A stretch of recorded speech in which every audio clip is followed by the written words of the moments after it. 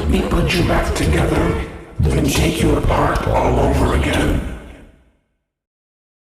Let's see how many times you can be pulled apart. I assure you, I am very real. This time, there is more than an illusion to fear. We know who our friends are, and you are not one of them. Please deposit 5 coins. Please deposit 5 coins. Please deposit 5 coins. You are attempting to trick Freddy. You are attempting to... Freddy doesn't like this. Thank you for depositing 5 coins. It seems you couldn't make it to my show, so I brought the show to you. Show times are on the hour, not a moment before and not a moment later. It's time to take your final bow. I'm sorry, but there was never enough room on this stage for both of us. A performance was demanded of me, and now I have delivered. Encore! Yar, what can I do for ya? Yarg, how may I be of service to ya? Yar, who touched me bird? Yar, me bird likes you, so I'll do ye a favor. Yar, you win some, you lose some. Yarg, you play with fire, and sometimes ye get burned. My friend, you have met a terrible, terrible demise. But, I don't feel too bad about it. After all, if it weren't from me, it would have just been from someone else, you know?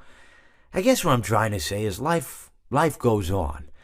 Well, for everyone else, life goes on, not for you. You're dead. But that's neither here nor there.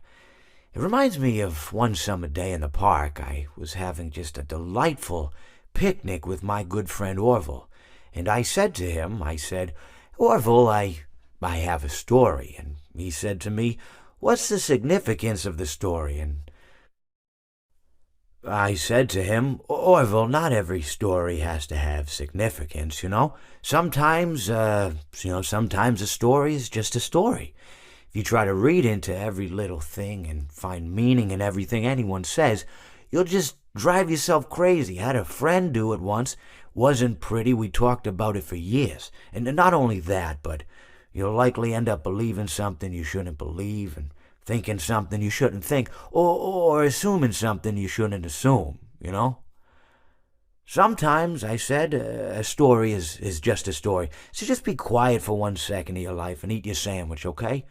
Of course, it was only then I realized I'd made sandwiches, and poor Orville was having such difficulty eating it. Elephants have those clumsy hands, you know? Actually, I suppose that's the problem. They don't have hands at all, do they? They're all feet. And I couldn't imagine someone asking me to eat a sandwich with my feet. Now, if I recall correctly, there was a bakery nearby. I said to him, Orville, let me go get you some rye bread. Now, I'm unsure if elephants enjoy rye bread, but I assure you that Orville does. Now, this was on a Tuesday, which was good because rye bread was always fresh on Tuesday. They made sourdough bread on Monday and threw it out Wednesday, or rather they sold it at a discount for people wanting to feed the ducks, and then probably at the end of the day, finally, they threw it all out. I don't recall. I do remember a man who would bring his son to the bakery every Wednesday and then go feed the ducks. He would buy all of the sourdough bread. Of course, you know, you're not supposed to feed the ducks sourdough bread at all. It swells up in their stomach and then they all die. At least that's what I've heard. You know, I never saw any ducks die myself, but I did notice a substantial decrease in the duck population over the course of a few years. I just never thought to stop the man and tell him that he was killing the ducks by feeding them sourdough bread. And if you want my opinion on the matter, and I told Orville this as well, if you want to feed ducks, or birds, or any kind for that matter, it's best to buy seed. I mean, when you think about it, breads of any sort don't occur in nature. They don't grow on trees or spring up from the bushes. I don't think birds know what to do with bread. What was I saying? Oh, yes. So I bought Orville some rye bread. What a fine day it was. It seems that you have met your end. What a pity. You know, I don't feel too bad about it, though. After all, if it weren't me, it would have just been one of the others, I guess. I'm honestly just glad to be out of those air ducts. You know, it's not easy for a hippopotamus to fit up there, and not easy to get down either, and not as young as I used to be, as you can see. I used to be able to do all sorts of things. You're young, you're vibrant, you have that sort of pep in your step. It reminds me of a conversation I was having with one of my good friends, Orville. We were having a nice picnic one day. I believe it was summer. No, perhaps it was it the fall? Yes. It was the fall because the leaves had turned already. But I said to Orville, I says, Orville, I have a story to tell you. And Orville looked at me, kind of odd and said, what's it about? I said to him, not every story has to be about something, Orville. Sometimes a person just wants to talk. Why does everything have to be a story? I said to him. He just looked at me and he said, well, you said you had a story. And, he was quite right. I did, in fact. I told him I had a story. I suppose if a person just wants to talk, then it's best to not announce that you're telling a story. Telling a story does come with its own pressures and expectations, I suppose. After all, if you're just talking to a friend, then there's no more expectations than if you were talking into the wind. Words by themselves aren't expected to carry, aren't expected to stick. But if you announce you're telling a story, well then, there'd better be a point to it all, No one wants to sit and listen to someone ramble on and on and on with absolutely no end in sight. So, it's good to be mindful that when you tell someone that you're about to tell a story, that you have something to say. Telling someone that you're going to tell them a story is tantamount to asking them to stop what they're doing and pay attention.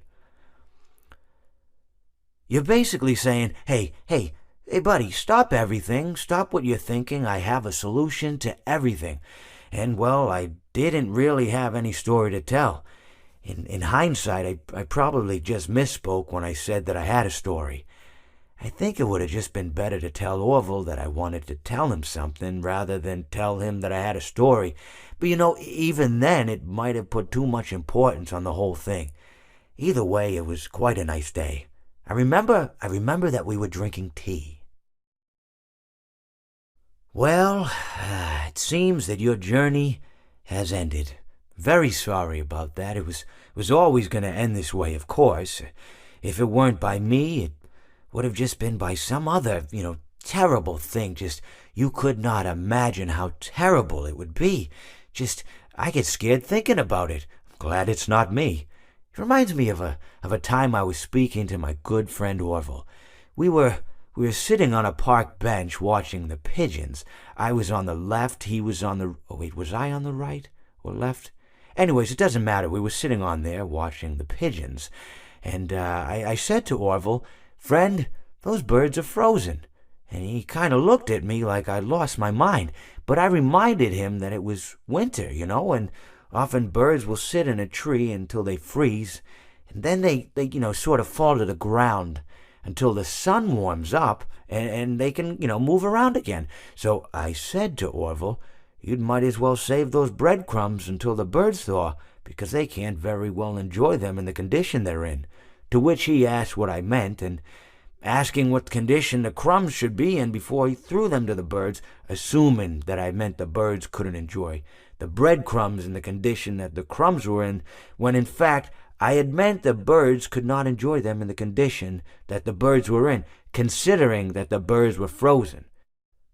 So he took a moment and then threw his last handful onto the ground. I said to him, Orville, why did you throw the breadcrumbs to the birds when I just told you they're frozen? To which he responded, "The breadcrumbs are not frozen." Again, misunderstanding my words. I didn't mean to say that the breadcrumbs were frozen when I said I told you they're frozen. I'd been referring to the birds. You know, in hindsight, what I should have said was, and this would make perfect sense, why did you throw the breadcrumbs to the birds when the birds are frozen? He misunderstood upon my correction, stating that he didn't know what else to do with the breadcrumbs, and that perhaps, when the birds thawed, they'd still be able to eat the crumbs. So I said to Orville, and this is what I said to him, I said, "Orville, the birds may be dead." It seems that you have met a horrible demise, my friend, but, these things happen, and life goes on. Not for you, obviously, you're dead, but it reminds me of a time I was having a conversation with my friend Orville. We were, where were we? I think we were by the river. We were sitting by the river and watching the fish leap over the falls. And I said to Orville, sometimes I feel like a fish leaping over and over again, always trying to get somewhere, though I don't know where, only to find myself in the jaws of a beast. He, of course, looked at me, surprised, "Have you been in the jaws of a beast, friend?" To which I said, "No, of course not, Orville." I said, No. I simply meant that life can seem like a relentless endeavor to overcome meaningless obstacles, only to meet an equally meaningless fate, regardless of your efforts, regardless of the obstacles you've passed. And Orville, he stood and proceeded to drape me with a picnic cloth, to which I asked him, I said, "Friend, what are you doing?" He looked at me very concerned, really. "I feel like you've gotten too much sun." Indeed, indeed I had. He proceeded to pour me a glass of just ice-cold lemonade. Ooh, you ever mix it with iced tea? You do like a little half lemonade, you should try it some. Well, you can't because you're dead. But anyways, so you may be asking yourself, how did I go from sitting by the falls and drinking lemonade to being wedged in the air duct? Not only with Orville, but with an entire assortment of fruity-colored friends. Well, there's really no good answer to that, but perhaps I met a demise of my own at some point, and this is my afterlife or my dream, whatever it might mean. I honestly don't know. Or maybe it doesn't mean anything at all. Maybe it doesn't mean anything at all. Time to face the consequences of your failure. Might as well face the facts. You were always destined to fail. You blinked. What is this new prison? Is it me trapped, or is it you? Perhaps it is us both. I may be missing my face, but even I could see his tongue. He promised them to never leave them. Now I will tell you a story. But he could not choose. He pieced the remains together. Why so blue? You know I'll be true, and now I'll make slippers out of you. So good to see you again, my truest friend, but now your life must end. What a fine day to come here and say that your face and flesh I must play. What a treat to come here and meet your face as it hits concrete. I found my guitar, now reach for the stars as I plunge it through your heart. Don't be afraid. Soon you will look just like me. Beautiful. Now I get to play take apart and put back together. You won't feel a thing. I wanted to wait until just the right moment to drop in.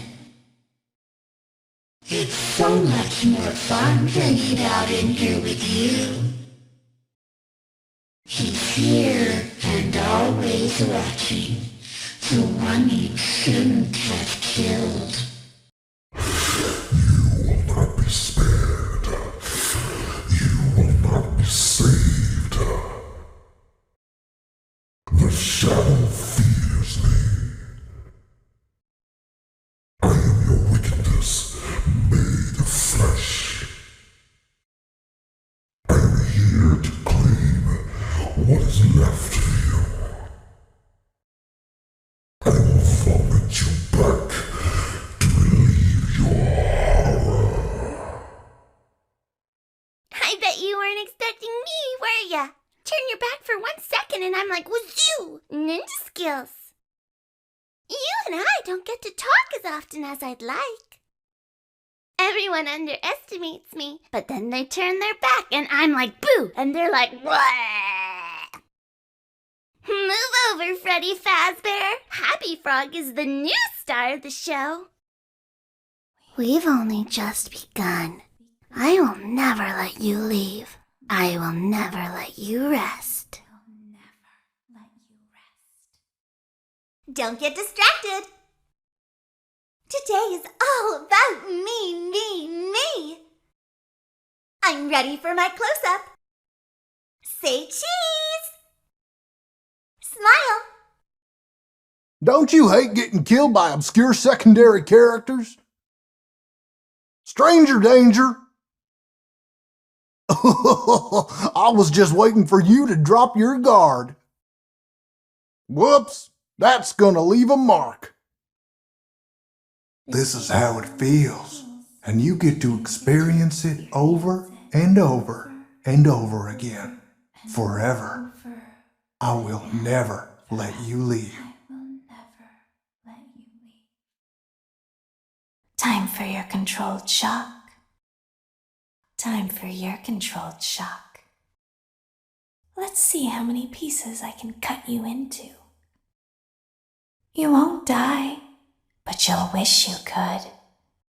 This is a nightmare that you won't wake from. This time, death cannot save you. The nightmare is just beginning.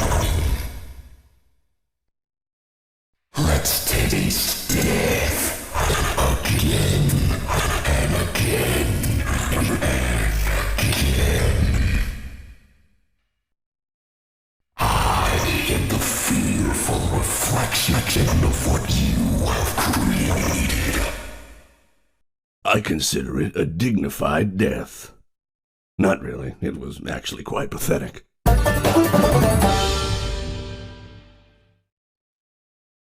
If you sit by the river long enough, you will see the body of your enemy float by.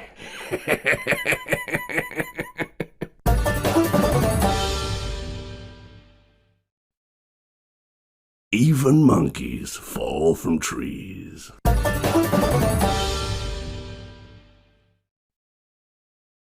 The nail that sticks out gets hammered down.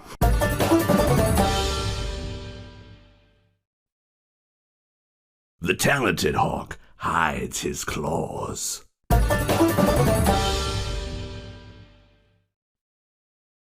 Seeing you powerless is like music to me. I don't hate you, but you need to stay out of my way. I recognize you, but I'm not afraid of you. Not anymore. The others are under my protection. The others are like animals, but I am very aware. Uh-oh, how unfortunate. Uh-oh, how unfortunate. I'm gonna do a sneaky thing and throw a new contender in the ring. Uh-oh, how unfortunate.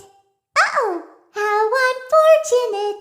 I know how much you like to fight, so I'll add a new problem to your night. You and I will be making music together for a long, long time. You hear that? It's the sweet, sweet sound of your eternal silence. Hey, keep it down, would ya? When I'm here, you play by my rules. A song was requested of me, and now I sing it. Looks like something bad happened. I guess you forgot about me. Want to see the scooping room? That game was totally rigged! That's what you get for leaving me hanging!